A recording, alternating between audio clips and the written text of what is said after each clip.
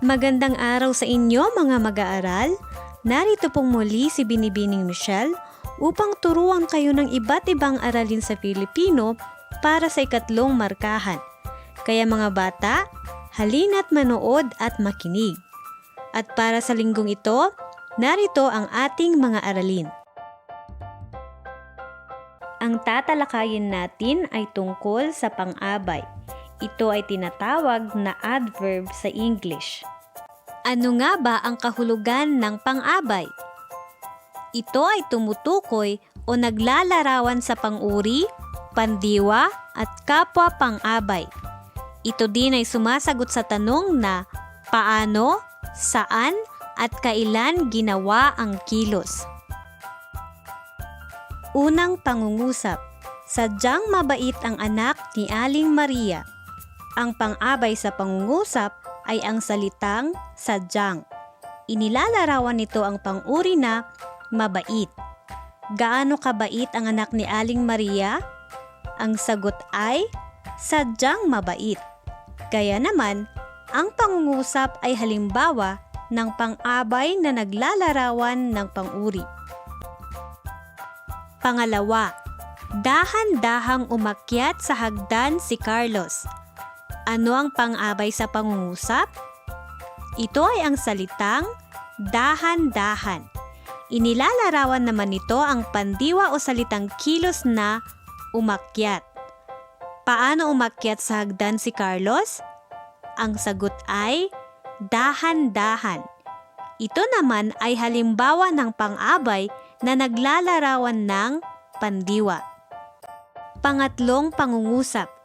Totoong magaling kumanta ang magkapatid na sina Vince at Vivian. Ang salitang totoong ay isang pang-abay na naglalarawan sa salitang magaling na isa ring pang-abay. Ngunit paano nga ba ito naging pang-abay? Dahil ang salitang magaling ay naglalarawan o nagbibigay turing sa salitang kumanta na isang pandiwa. Kaya naman, ang pangungusap na ito ay halimbawa ng pang-abay na naglalarawan sa kapwa pang-abay. Isa pang halimbawa, tunay nga na mabilis tumakbo si Pedro. Ang salitang tunay ay isang pang-abay na naglalarawan sa salitang mabilis. Sa pangungusap na ito, ang mabilis ay naging kapwa pang-abay. Bakit? Dahil ang salitang mabilis ay nagbibigay turing din sa salitang tumakbo na isang pandiwa.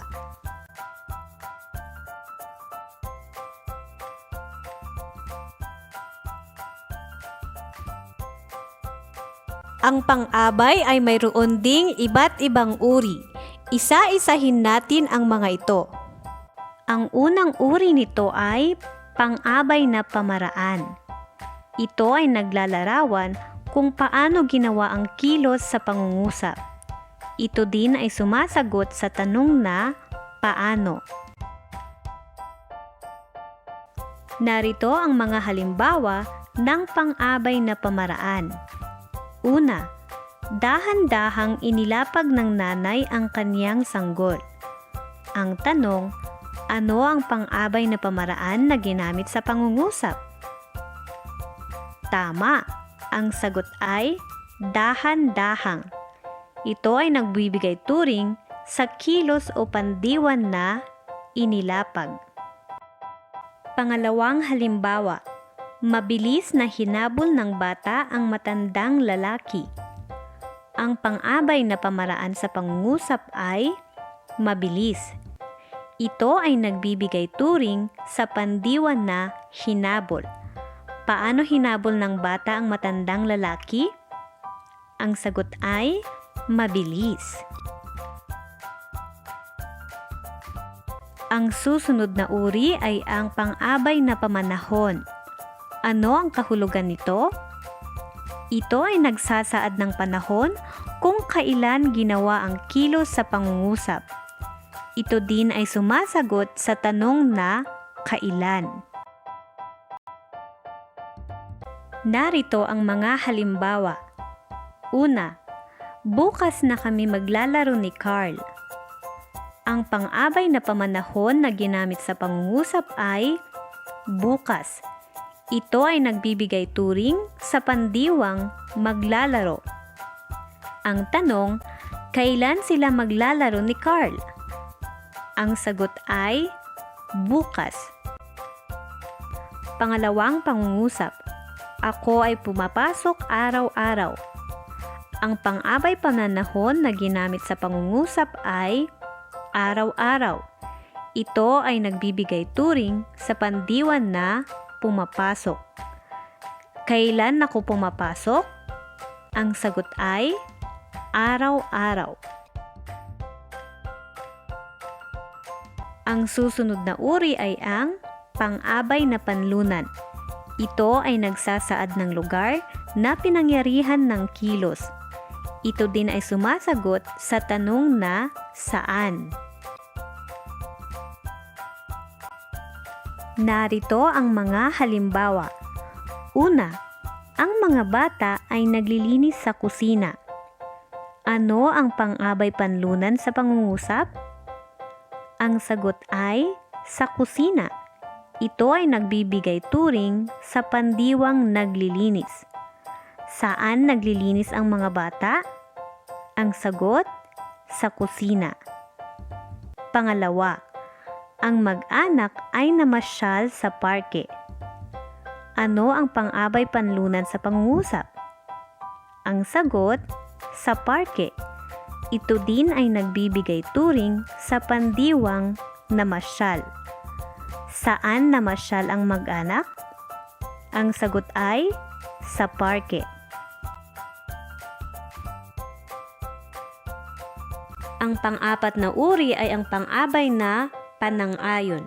Ito naman ay nagsasaad ng pagsang-ayon tulad ng salitang oo, opo, tunay, talaga, tiyak at iba pa.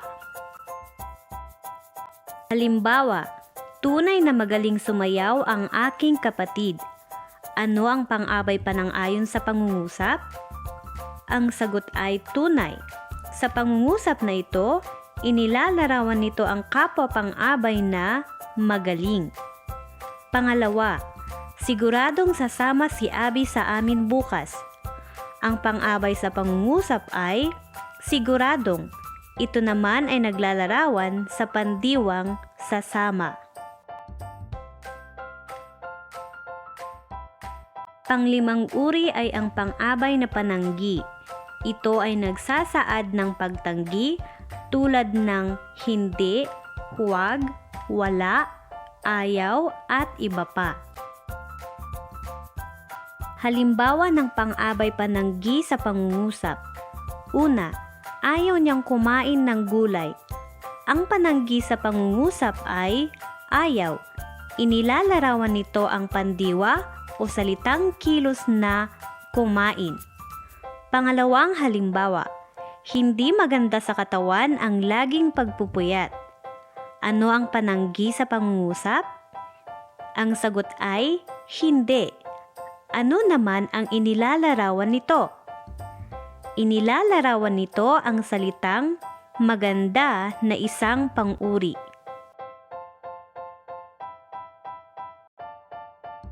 Ang susunod na uri ay ang pang-agam.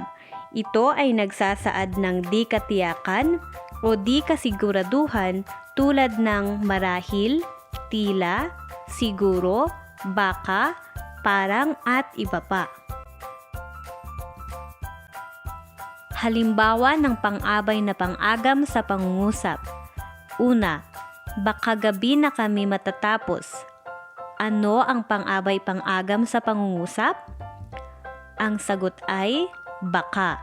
Inilalarawan nito ang salitang gabi na isang kapwa pang-abay na pamanahon. Pangalawa, siguro umiiyak na naman si Bunso. Ang pang-agam sa pangungusap ay siguro.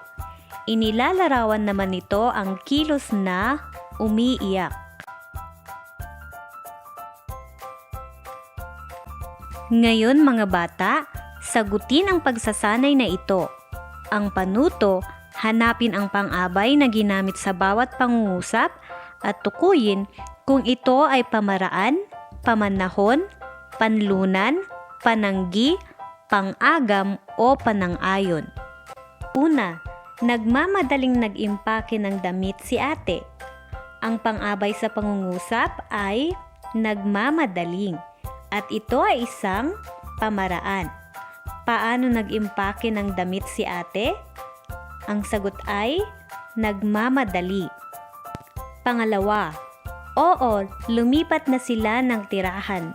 Ang pang-abay sa pangungusap ay oo, at ito ay pang-abay na panang-ayon. Pangatlo, kanina pa naglilinis si Mildred. Ano ang pang-abay sa pangungusap? Ang sagot ay kanina, dahil isinasaad nito kung kailan ginagawa ang kilos. Pang-apat, nakikain ako ng tanghalian kina Sara. Ang pang-abay sa pangungusap ay kina Sara. Ito ay isang panlunan dahil ito ay nagsasaad kung saan ginanap ang kilos. Sunod na pangungusap. Tila nanganganib ang aking grado sa math. Ang pang-abay sa pangungusap ay tila. Ito naman ay pang-abay na pang-agam dahil nagsasaad ito ng walang katiyakan. At dito nagtatapos ang ating aralin tungkol sa mga uri ng pang-abay. Ngayon mga bata, sagutin ang pagsasanay na nasa inyong study guide. Hanggang sa susunod na linggo mga bata, paalam!